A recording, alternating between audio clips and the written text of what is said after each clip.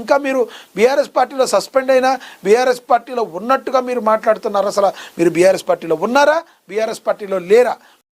మరి చెప్పాలి అని చెప్పి మరి కోమటిరెడ్డి వెంకటరెడ్డి కవితకైతే గట్టిగా కౌంటర్ అయితే ఇవ్వడం జరిగింది. అసలు కవిత యొక్క విమర్శలు దేనికి అర్థం చేసుకోవాలి?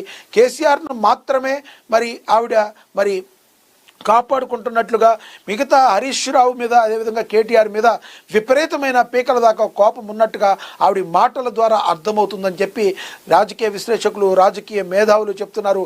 అందరూ కూడా ముక్కున వేలేసుకుంటున్నారు. కవిత ఈ రకంగా ముందుకు వెళ్ళడాన్ని చూస్తే మరి బీఆర్ఎస్ పార్టీలో మరిన్ని అంతకుముందు గతంలో ఏవేవైతే జరిగినాయో అవన్నీ కూడా కవిత బయట పెడుతుందేమన్న భయాందోళనలో కూడా బీఆర్ఎస్ నేతలు, నాయకులు ఉన్నారని ఒకంత బయట ఊహాగానాలు అయితే ఊపందుకుంటున్నారు. చూడాలి మరి కవిత తన స్టాండ్తో ఏ రకంగా ముందుకెళ్తారు.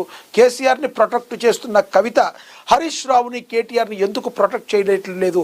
అసలు ఏం జరిగింది, అసలు ఏం జరగబోతుంది అనేది అందరిలో ఒకే ఉత్కంఠగా నెలకొంది. ఇక తదుపరి చూద్దాం.